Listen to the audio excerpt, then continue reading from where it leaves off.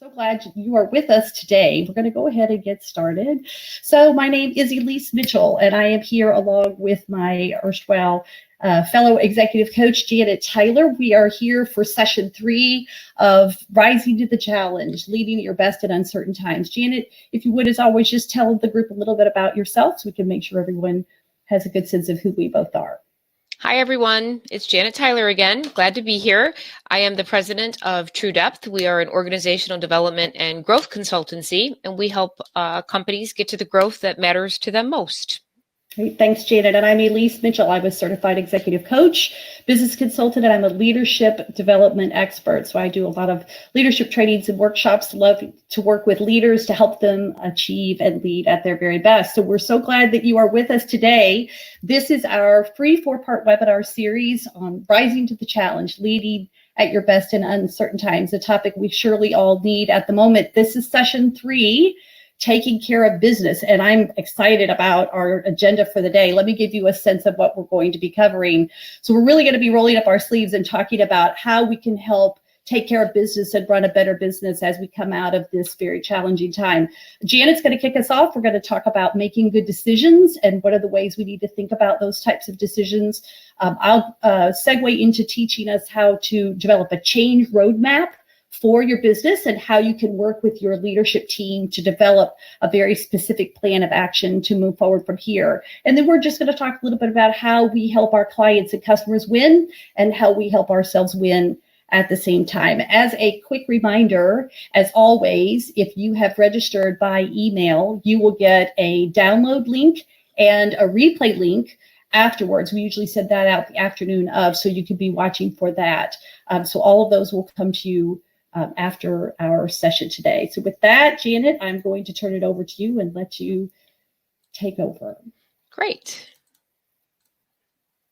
So we don't always have the exact information that we need or the complete information we need to make a business decision. That is a massive understatement in what is happening in our world today. And a lot of times we have only a little information, but still a successful outcome. And why is that so when we're making decisions? Hopefully we are at a place where we are able to kind of go to our own background and make that right decision, our own experience, and tap into that. We want to avoid stereotypes and outdated thinking and other faulty beliefs about how and why things should get done. So decisions are not just based on your knowledge.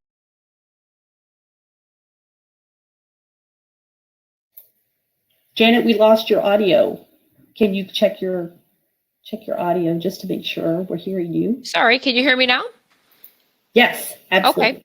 Sorry about that, everyone. That was my elbow on my headset. I'm still getting used to the whole work entirely remote thing. But, so what does it take to make some good decisions? A healthy dose of humility when we make a bad decision, just to change course, some curiosity, a willingness to take risks, and a well-honed ability to synthesize all of this disparate information that is coming our way every day right now.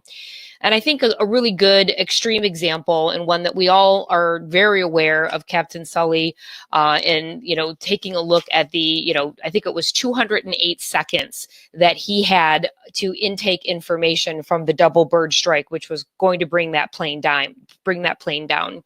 And in 2015, there was a really interesting article in Newsweek, and he was quoted as saying, I didn't even have time, and I didn't really care about the reasons why the power failure was happening.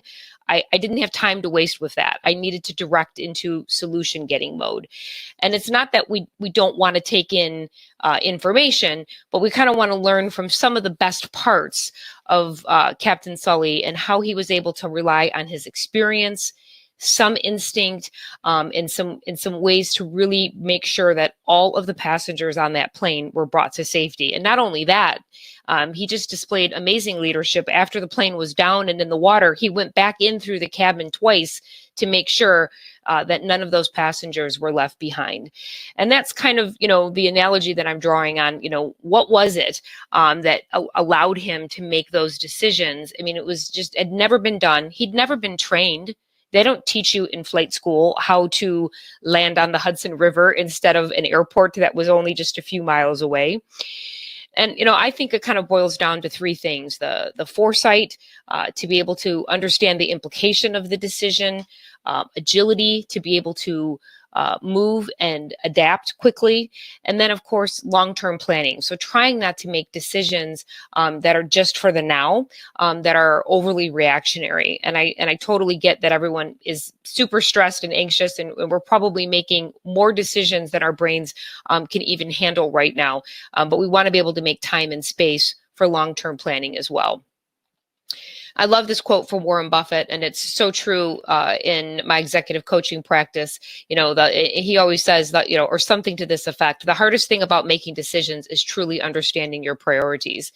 And oftentimes, when I'm working with executives, I'll ask, okay, tell me what your priorities are for the business, for your team, for your life. And typically I'll get a list that looks something like this. Which is, and possibly even more. If I could have fit 20 things on this slide, I would have done it. And it would be very difficult if we were making decisions daily across all of these different priorities. And, imagine if we took that long list and were able to boil it down to 4. What do you think are your real priorities right now, today, with the information that we have on March 26th? Those are probably your real priorities. I just picked these 4 as an example to go from the I am worried and thinking about everything to, you know what, I really need to make decisions on this finite number of things. So here's another Tyler quadrant. I don't feel like it's going to be a webinar on this series unless I give you a quadrant. So, right now, we have tons of information coming at us, right? And I want you to consider 2 axes when you're thinking about the information that you're taking into your brains right now. First off, is the information reliable? So is it opinion-based or fact-based? And then the information stability, meaning how fluid is the situation and how quickly is it changing, and how fixed. And in today's modern world, rarely is information pretty fixed. And most of this comes down to a judgment call of you making that decision of, okay, I feel good that the information is solid. So where most of us are living right now is, in somewhat opinion-based, because you still have, political influences that are kind of trying to influence the national discussion around this COVID-19. And then you also have the fluidity in that it's changing daily. And I would argue, we would be, either into an analysis paralysis of like, I'm just going to take in more information, or the decision deferment, which I would argue in today's day and age is probably not a good idea. So I want you to just go into your notebook right now, write these axes down. And as I'm talking, I want you to think about what are the decisions right now, not your priorities, but the decisions that are on your plate right now. And I can tell you that, emotionally, but also just for the sake of your business and your team, doing something, moving it in some direction is better. Moving the plan or the project or the decision forward is way better than doing nothing at all. If you are lucky enough to have some areas where you feel like the information I've given is strictly based on facts and the stability that is happening. So some businesses are making a decision that we are going to work remote in perpetuity. I'm already starting to see some trends along that line of literally just saying we are not going to have a formal real estate office anymore. So that might be a final decision that could be an example of that. Sometimes you get where the information is continuing to evolve and come in, but you know that it's quite reliable, the source, the data that you've been given, or that you have the research you have done. And in this case, you just want to eliminate down the options, but be planning to be flexible about what that decision is going to be. And also that when new information comes in, you might even actually change not only just the scope of you may actually change the decision, not just the actual decision that you're making. And then finally is, the information is fixed, but it's quite opinion based. I always use this example when a group of employees came to me at my agency and wanted to have summer Fridays off. They wanted to go down to a 4-day work week. I thought that was a great idea in theory, but I kind of had to remember that this was a group of, relatively young people who were coming to me with a lot of opinions about how the culture would be so much better if we only just worked 4 days a week. And it wasn't that was necessarily that I was just an absolute no, but it was, let's do some more research on this and really understand the impact, and also allowing myself to do more research. And by the way, we did not go to full summer Fridays. We did a variation of that. But that might be a way to look at, where you're getting that information, and you kind of have to consider the source. That includes the internet, by the way. So this is kind of what it all looks like. The more reliable and the more stable the information, obviously the easier it is to make decisions. But I've hopefully given you a couple of guidelines for the ways that you can still make decisions to move the plans forward or backwards or whatever you need to do. Because I think that, again, that's better than doing nothing. But also, if you're feeling like, gosh, I feel stuck, I can't do anything, well, you do have a lot of options to make some decisions. Common pitfalls for decision making. They're kind of all over the place right now. But in Michigan, we have a card game called Euchre. And so for those of you that are from Michigan, I see a few folks from Detroit. You know what going alone means. It means, I have a good hand. I know all the answers. You're telling your partners, just sit down, turn your cards over, and I'm going to play this round by myself. And, not seeking input in what is happening today is a huge mistake. Sometimes that might be, an outside consultant. Some of you have boards, other peers and colleagues and mentors that you could call upon. And then, of course, your own teams themselves before making decisions. Another big pitfall is just succumbing to our own biases. And I have some really good content that's coming up in this analysis paralysis. So for those of you that are familiar with the DISC profile, there are certain personality profile, there are certain behaviors that are attributed to each of these styles. The high C style may have a tendency to just want to kick the can down the road in decision making because they just don't feel they have enough information.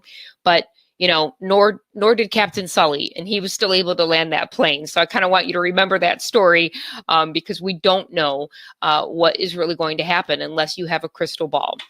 And then, of course, this is, the saying of, perfect gets in the way of good all the time.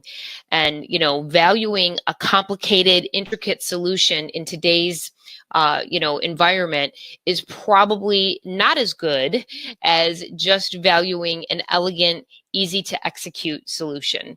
And so, I'm not letting you off the hook and say, just pick the easy route. But I want you to consider those options and saying, are we just waiting for something to be perfect when what we already have is good? And maybe making that balance between the two. Just a couple of slides on decision-making bias, because I do think this is really important, because we all, and if you haven't done any reading on this, there's a book, Thinking Fast and Slow. I think it's Daniel Kuhlman that really gets into, that we all have biases, and we might even seek information that will help reinforce those biases between what we believe and what the facts say. And that space in the middle is the information that's way overvalued from the individual's perspective. I always show this cartoon when I talk about biases in my workshops because I feel like it's just perfect. You have a man who says, I've heard, rhetoric from both sides, and now it's time to do my own real research. And the first link that they come across, that agrees, he just says, jackpot.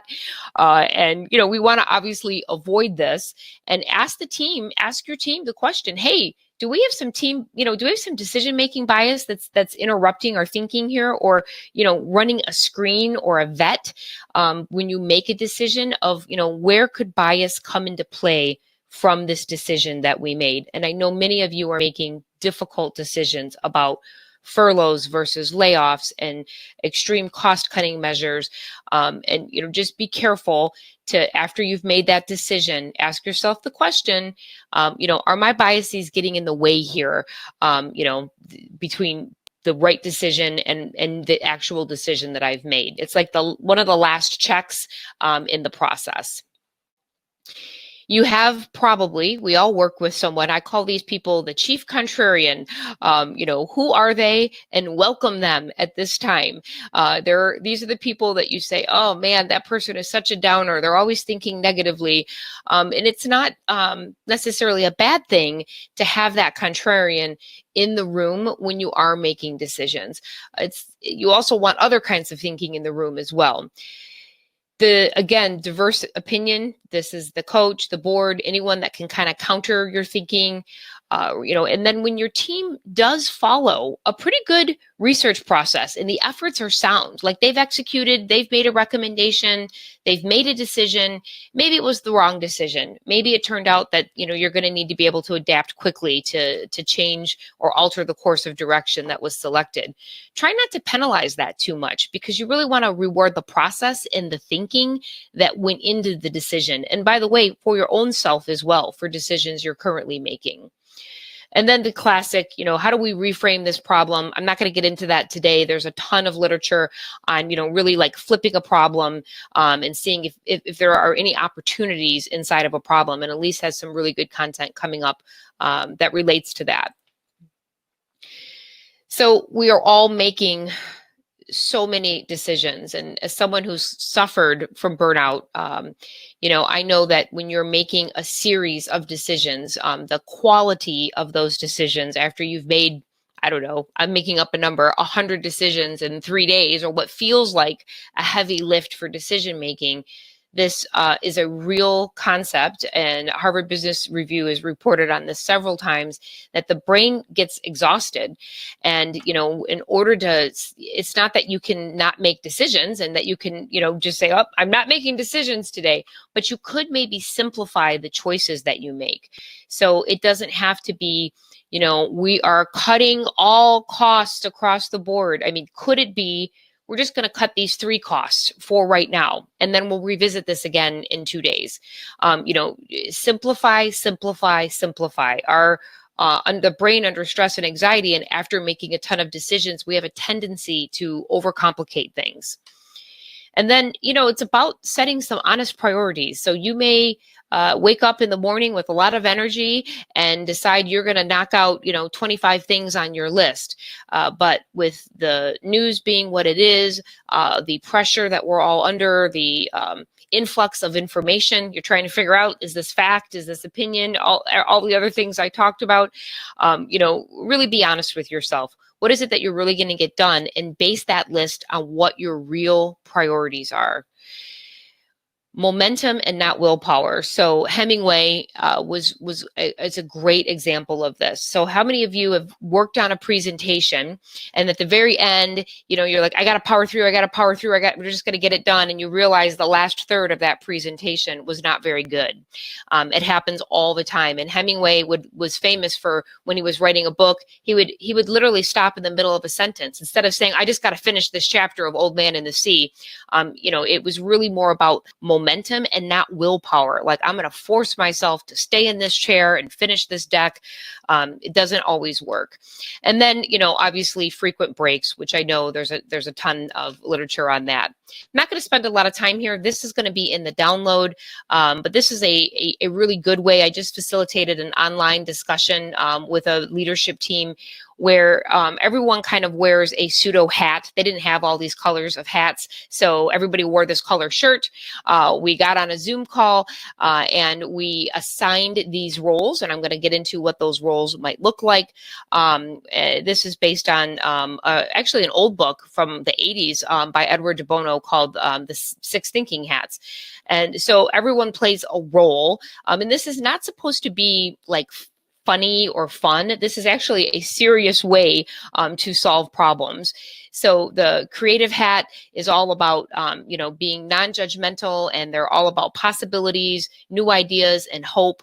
They're kind of the counter to the black hat. Their job is to counterpoint the black hat, who is the chief contrarian.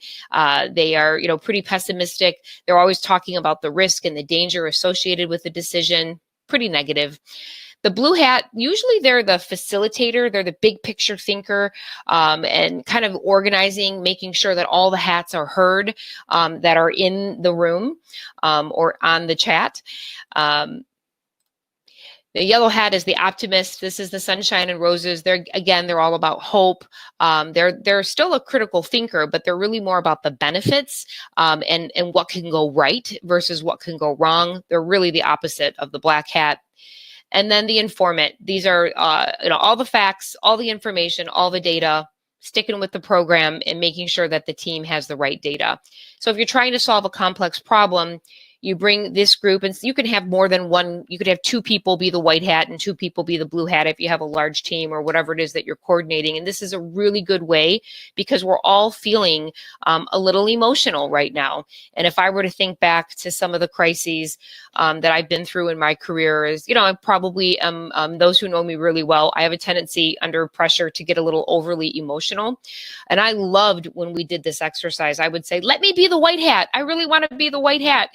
Because it would allow me to get out of my typical mindset, my typical behavior, which sometimes could be more about my gut, following my instincts, and really very people focused.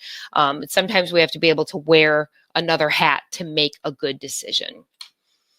So in a moment of any decision, and I think I've kind of hit this point home, the best thing you could do is the right thing. The next thing is the next best thing is the wrong thing, but the worst thing is to do nothing. So use your quadrant, map your decisions, and see if you can propel them forward, even if it's one step at a time. I'm going to turn it over to Elise. Okay, great. Thank you, Janet. I love the hats. So we were getting questions in the chat boxes. Are the hats part of the download? And yes, they are. I love the hats too. So this will be part of your download today. And we've got a couple of other things that are going to go with that. Before I get into my presentation, though, I want to ask a question for the chat box. So what has been an unexpected positive change that you have seen in your business as a result of this crisis? Just take a second, type something in the chat box. What's been a silver lining that you've seen that's come through all of this? Because this is important for us as leaders to begin to shift our mindset. This is where I want to go next with our presentation, is how we begin to lead through change. So I don't know about you, but the last couple of days, I guess last almost 2 weeks now, I felt a little bit like the grumpy cat, where it's hard to think about all of what's happening around us and that there's so much that we can't control. And if you really think about it, this is kind of like going through all the phases of grief that we have when things really turn south in our life. We're either in a state of shock and denial, which is I think where a lot of people were last week, or we're angry and frustrated about it. Perhaps we've gone through a bit of depression. And then, of course, moving on into acceptance. And the main thing I want you to get here as a leader is recognizing that not everybody on your team or in your organization is at the same stage in the process as you are. So it's important as leaders that we have empathy for others and try to meet them where they are. And of course, we have the goal of trying to pull them with us as quickly as possible through those various stages of grief so that we can get on with the business, which is trying to figure out what comes next. So I know you've all heard VUCA, and this is typically how we think about it, but I want to give you a different way to think about it. There's a great book written by a man named Bob Johansen. He's a futurist, and I really like futurists. They always give you a glimpse of what might be in the world to come. And he wrote this book called The New Leadership Literacies. It's a really interesting read. And he challenges leaders to sort of shift their thinking to think about what is possible in a state of significant change. And I really like this. This encourages me to think about change in a very different way. It's certainly a lot more appealing because, let's face it, change is really hard. So a few years ago, I did a survey of leaders, and I wanted to really dig into this idea of how leaders lead through change. One of the questions I asked them is, what don't you like about it? And these were the 4 answers that popped to the top of the survey. Not surprising, I don't think, any of them. There's one I want to point out in particular is this last one, fear of failure. This is such a common fear that leaders have, particularly very driven leaders. They want so badly to be successful. But if you have a fear of failure, it's going to hold you back at a time of change when you need to take action. So yes, you might try and fail, but you might try and win. And you have to think about what happens if you don't make the change. So, Janet, I wonder is there anything that came out of the chat box answers that were some unexpected positives that people were seeing in their business? So much gold in this chat room right now. It makes my heart happy. Ralph and Dina are embracing technology more than ever before. Steve says everyone is actually stepping up and taking on more. He feels actually more supported. Sydney is noticing more creativity around problem solving. And Beth is saying that there's just more empathy and flexibility, more so now than ever in her work. That's pretty great. That's awesome. I love that because, of course, there are so many benefits of change. That's where we have to, again, it's this changing our thinking to being resistant to change, to accept it and try to find the positives that are there. There's a lot of good stuff. Not only do we develop new skills, but I get excited because I think these are times when innovation really begins to happen and we become much sharper as professionals and our businesses become stronger. And of course, I love this last question, which what happens if we don't change? There's always going to be that contingent that says, yeah, I just kind of want things to go back to the way they used to be. But I don't think they're necessarily going to go back to that. We know there is probably going to be a new normal that we're going to have to operate in. And we want to be able to be as successful as we can, because if we don't change, there's a chance that we become irrelevant to our clients and customers. There's competition that will step in and will take away the business that we have worked so hard to get.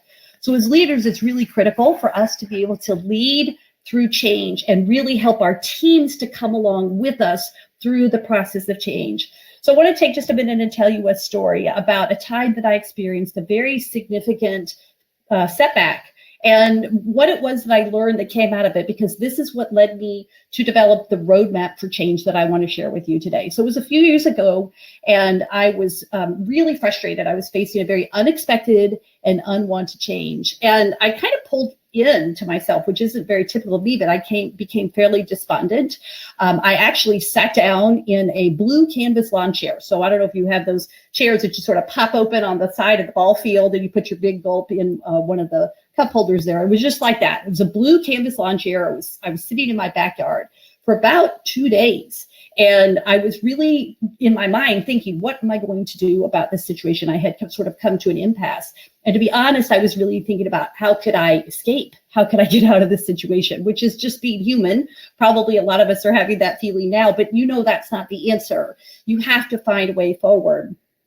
But if you stop for a moment and think about the time we're in right now, you've been working so hard to build your business over the last couple of years. You probably were looking at 2020 and thinking, this may be my best year yet. And then out of nowhere comes a force that knocks you off your feet. And there may have been other times that you've experienced something like that in your life. Perhaps you had a personal setback. It was maybe a health challenge that really was a struggle for you. It's something that when it hit you, things were never the same again.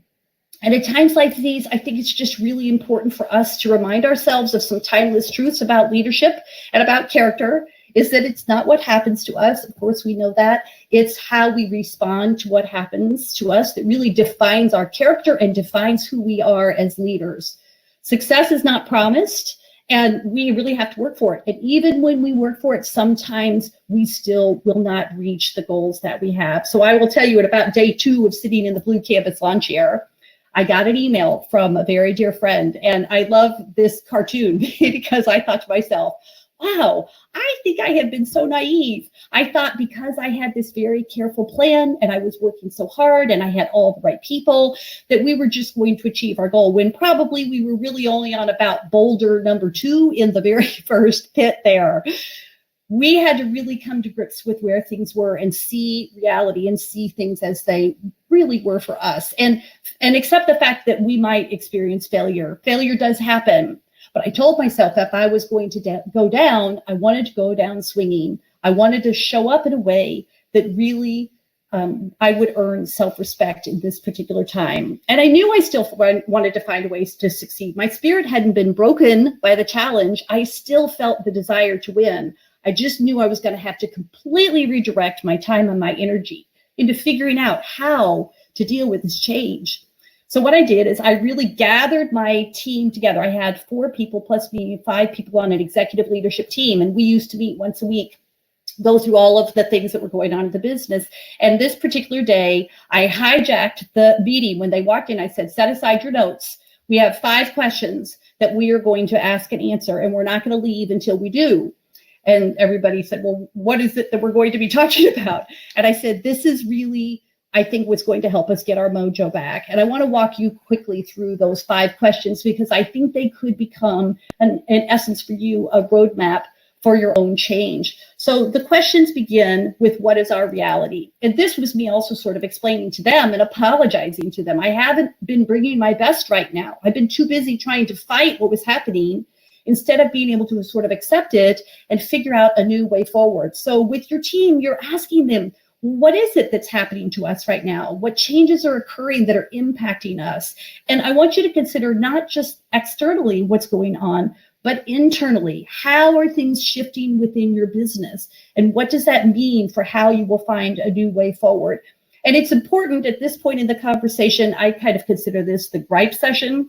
Let it all out. It's okay. I filled up an entire flip chart full of comments of what people were saying about this is really our reality right now. Get it all out, and let's make sure we understand the full scope of the change. And the second question is, what can't we control? Now, don't skip this step either. This is still part of the gripe session, but this is really important, because as you begin as a team to identify and write them out, the things that are no longer in your control, you have the ability to sort of set them down and leave them behind you. And this then helps you and your team resist the temptation to go back to those and begin to problem swirl again, or to begin to point fingers and blame. You can't spend your time and energy on those things. You want to be able to spend all of your time and energy on this next question, which is, what can we control? And I want you as a leader, as you take your team through this, to see if you don't see a significant mindset shift in you and your team. So if you remember from session 1, this is actually you helping your team moving from an away state or a threat state of mind into a toward state. So they begin to lean in to what the situation does allow. You'll begin to see your team shifting from sort of that reactive mindset to being very proactive, from cautious to opportunistic, from fearful to forceful. And this shift is so key, because it allows you to begin focusing on the levers that you can pull and the changes that you can make in your business to find a new way forward. So for us, this conversation was around things like our brand.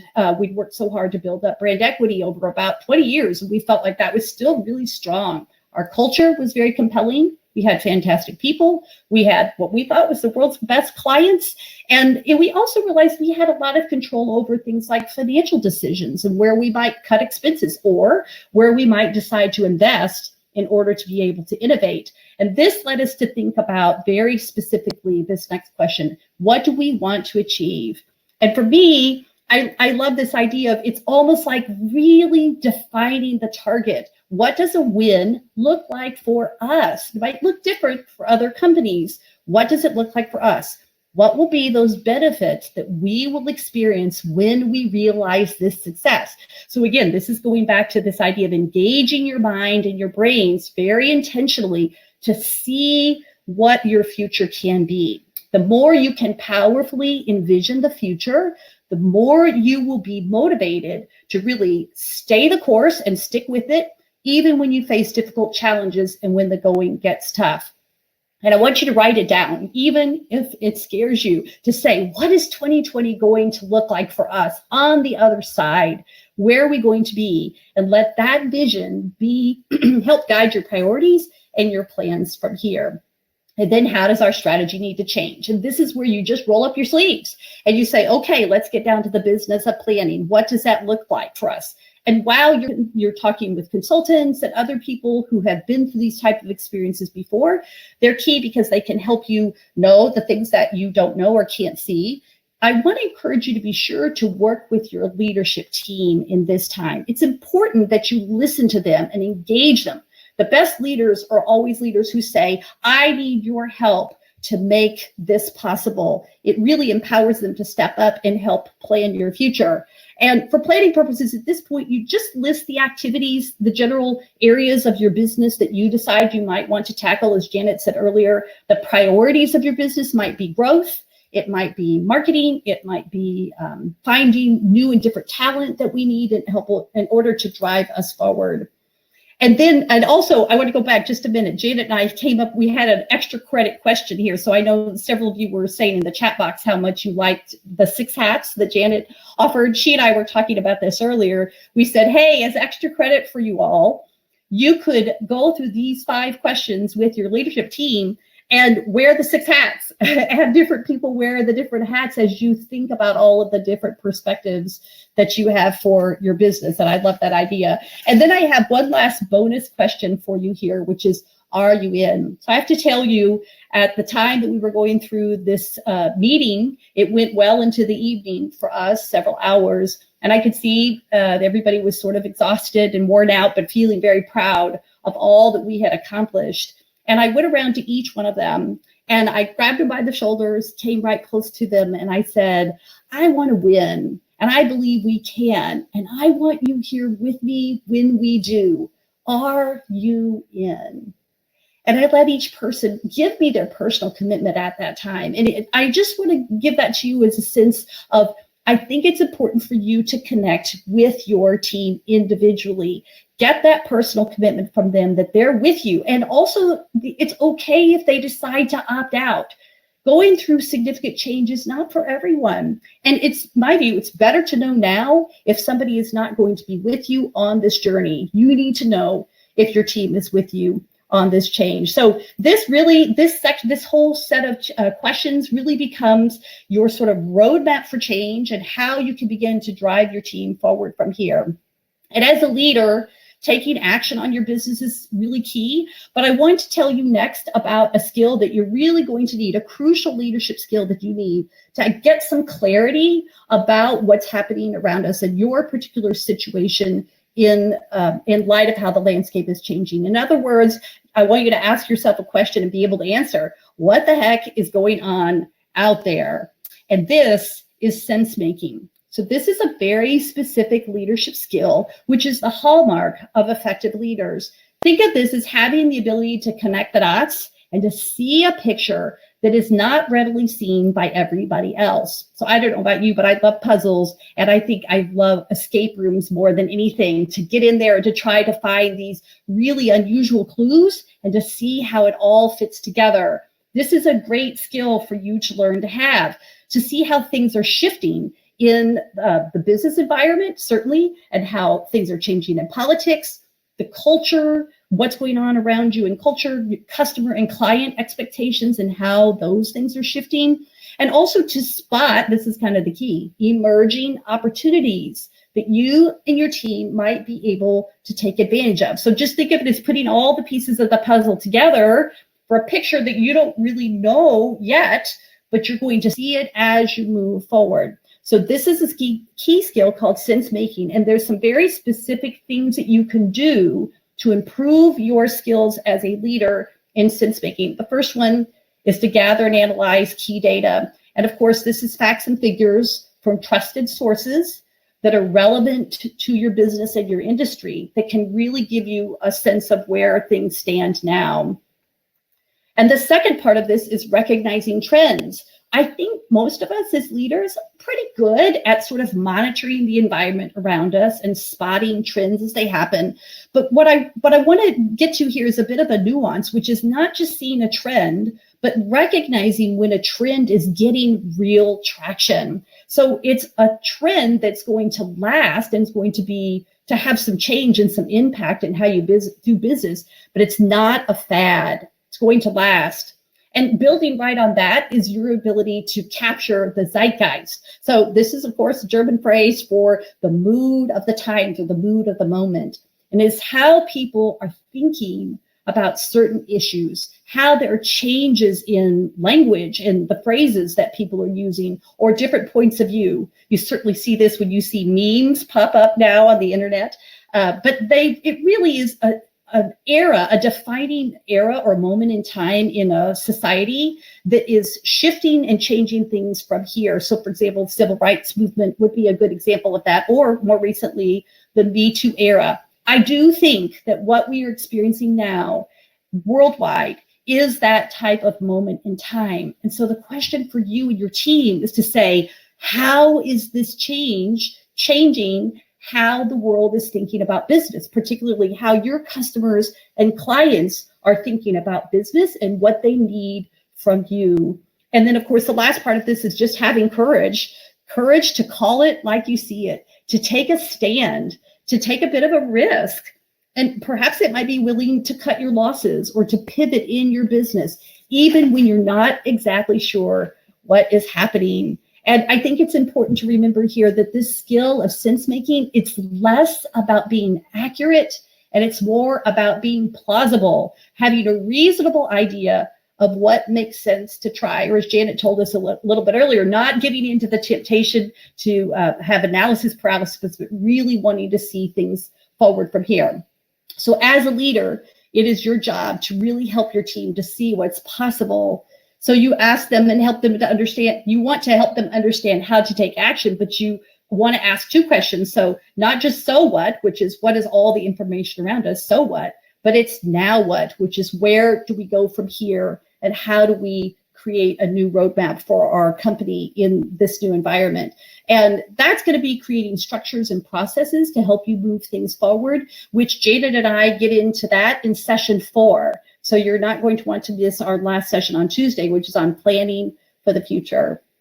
And then finally, I want to leave you with just some thoughts about staying close to your clients and customers. I think that's paramount in all of our minds. This is why we have businesses and why we are leaders, is we are here to serve specific stakeholders and to really serve the needs of our clients and customers. They're our primary focus.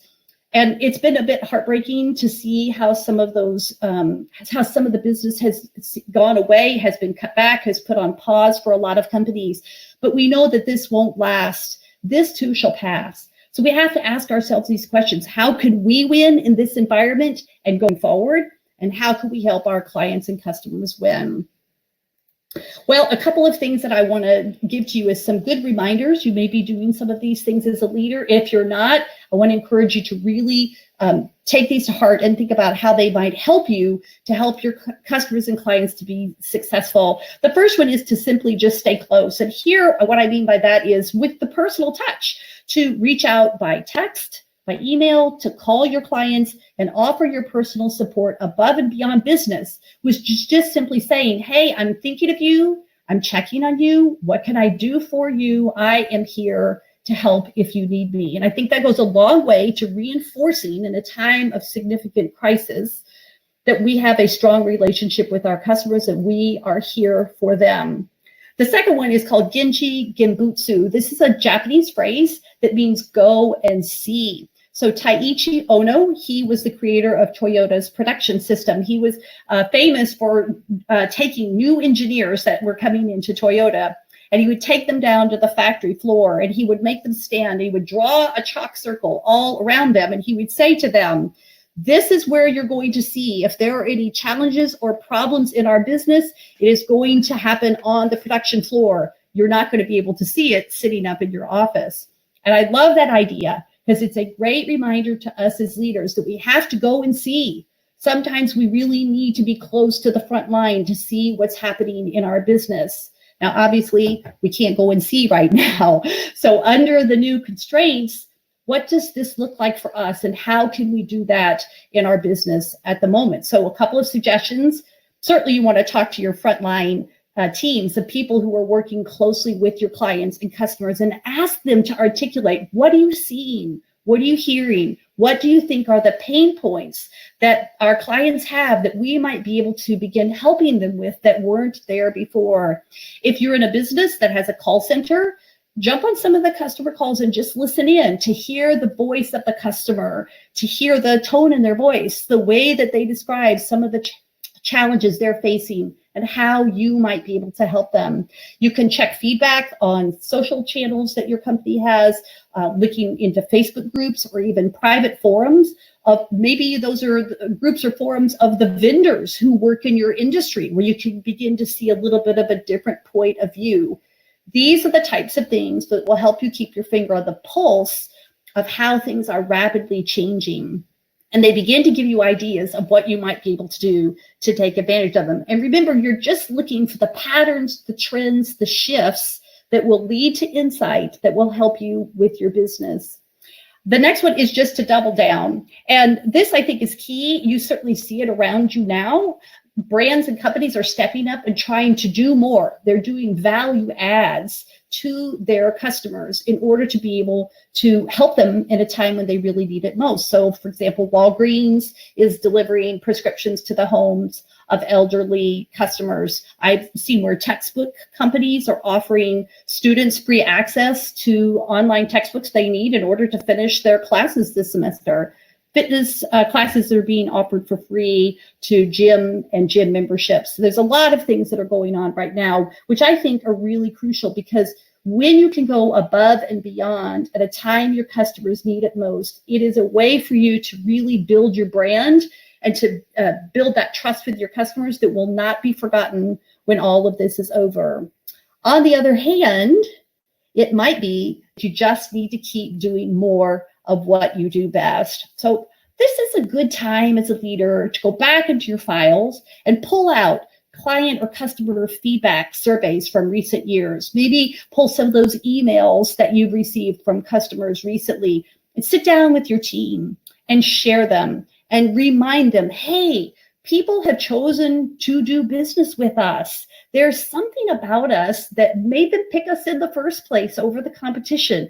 We need to remind ourselves of those things. For example, they might have picked you because your people are smart, or you get the job done for them in a way that is really meaningful to your client.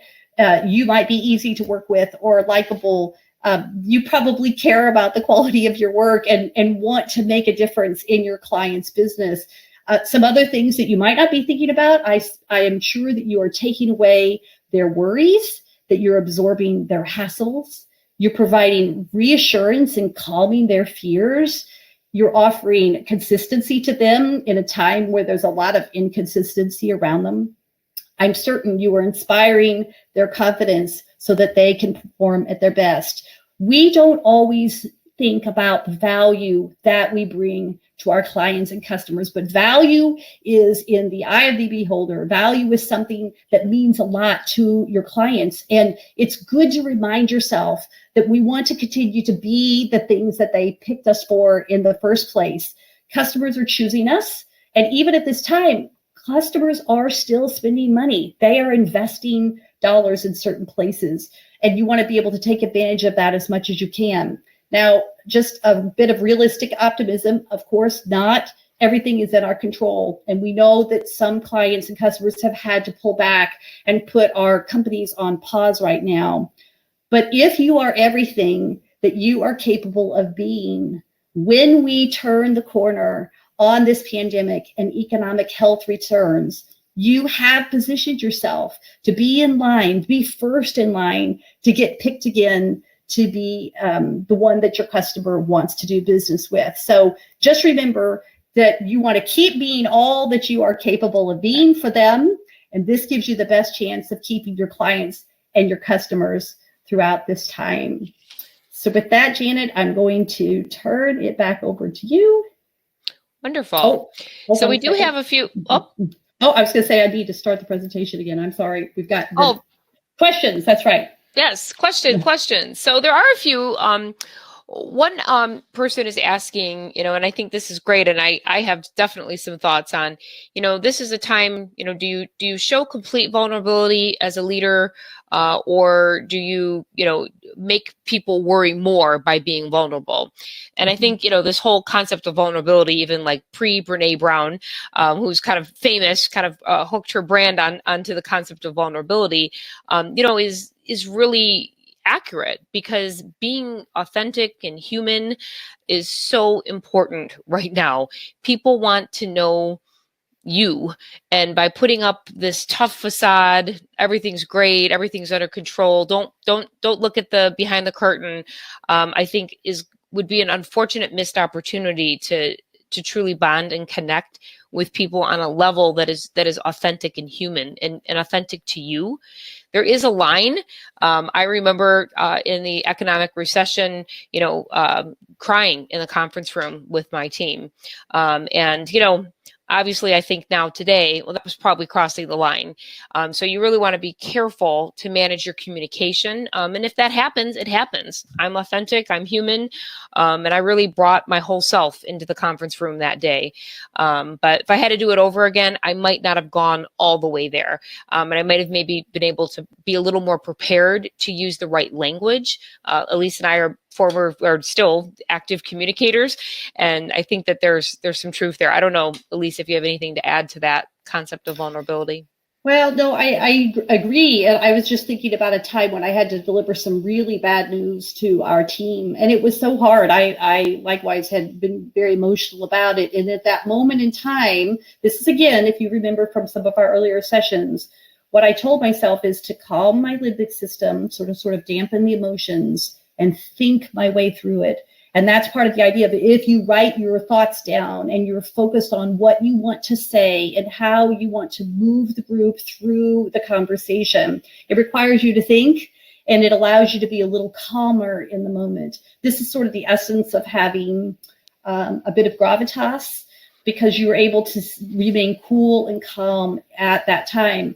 But there's a balance to it, so you're not going to be cold-hearted. I think it is absolutely okay to show some emotion and to say, I'm with you in this. This is hard, but here's where we can go. And this is how leaders help sort of shift the conversation to help people begin to see the light, that there is hope, there is opportunity, and we're going to develop a game plan to move forward from here. One more question about, questions along the theme of, financial ruin, potential bankruptcy. I mean, these are serious topics that people are grappling with. I think it's interesting in that, Lisa and I have owned businesses, but we are not financial gurus at this stage. But what I can tell you is, the sooner that you have the plan and you accept that this is what is happening, the better off you'll be. And so the getting into the acceptance and moving into action, and then finally just remembering if it really is a bankruptcy, and that is a very specific question, that we are 1 month away from a potential bankruptcy, what do we do? I think it's, how do you want to come out of this and show up as your best self? Even though I recognize this is a borderline impossible time for you and your team. Yeah. And there will be some businesses that won't survive. I will say the hope here in the United States, I know we have a lot of friends on from other countries. The hope here is that we will be able to move forward as a country a little bit sooner, but we don't know that. So as Janet said, it's just good to have a sense of reality, do some scenario planning to think about, here are different options. And I would challenge you also, as much as you can, to think your way through this, which is to open your mind to potential, to see what compromises might be out there, what options that you're not currently thinking about, in order to be able to see a new, maybe a different way forward. Your company may not look the same as it has in the past, but there might be opportunities for you to still continue to do what you do in different ways, but there may be new options that you have to consider. Are there any additional questions? What's on your mind right now? I mean, I know that there's a lot on your mind, but is there anything that we can do to help? You have our time. We're here for another 7 minutes. We could definitely take a few more questions. I think that, as we're thinking about keeping that positive frame of mind when we're surrounded by all this negativity, it is super challenging. I just like to say, going back to the first part of this webinar where I'm talking about resilience, particularly if these issues are and they are escalating, from even where we were. Elise and I just think back, we started this webinar series. It was 1 week ago today. It feels like it was a month as far as how much has changed so quickly in 1 week. It's unbelievable. But, recognizing that we were in a different place last week, I really encourage you to go back and do the replay on the resilience, because those things really work as we are all going through a tough time. I see a question here about how you might think about doing business differently in the future. So I would encourage you to sit down and begin thinking about new options or new possibilities, such as developing a strategic alliance with another business that might be complementary to yours, or that by joining forces allows you to be viable in the future going forward. You might look for different ways to serve new and different clients in different spaces. What can you take of the knowledge and expertise that you have in the current space you are, and maybe pivot to another industry and begin to see new opportunities to serve clients in different ways? There's certainly different modes of serving clients and customers, whereas we relied so much on in-person in the past. Can you challenge yourself to think about ways to reach clients and customers in virtual ways? I think that's what a lot of people are thinking right now is maybe we don't go back to the way things used to be in the past. Maybe it's a little bit of a blended approach to serving customers in new ways. You've got to open up your mind to potential, and that is the best way for you to begin to see new ideas that you are not having right now. There's a little bit of neuroscience in here about this, which is to seed your thinking with the challenge that you're trying to solve, and then look for insights to come as you are thinking about it over time. It won't be maybe obvious right at first, but to keep a journal, write down the notes, the crazy ideas that are coming to you to say, maybe not this, but maybe that. An idea today might become a springboard for a real viable option for you tomorrow. I just want to note that if anyone wants to send a private question, meaning you don't want your name in the chat box, there is a way. If you see the ellipses where it says send to everybody, you can click on that and send a private question. One of the private questions we have, Elise, and this is a tough one, is, what happens when there are days when you just lose your desire to win, and people don't want to make a list and they just are not feeling it. And I would say, to own that emotion and name it and say, I'm not feeling this today. And, I think it's okay if you need to sit in that for a few hours, a few days. I don't think that any of us are in a situation to allow us to sit in it for months.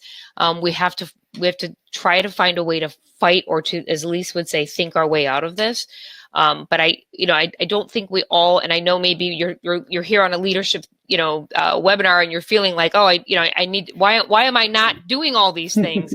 I want to say it is okay. And I also want to say, I am not even doing all of these things right now. This is a very incredibly stressful time, and it's completely understandable that you're just saying, I don't even know if I can win. I don't even know if I want to win anymore. Yeah, you're going to have good days and bad, and that's okay. Give yourself, as we say, it's our coaching.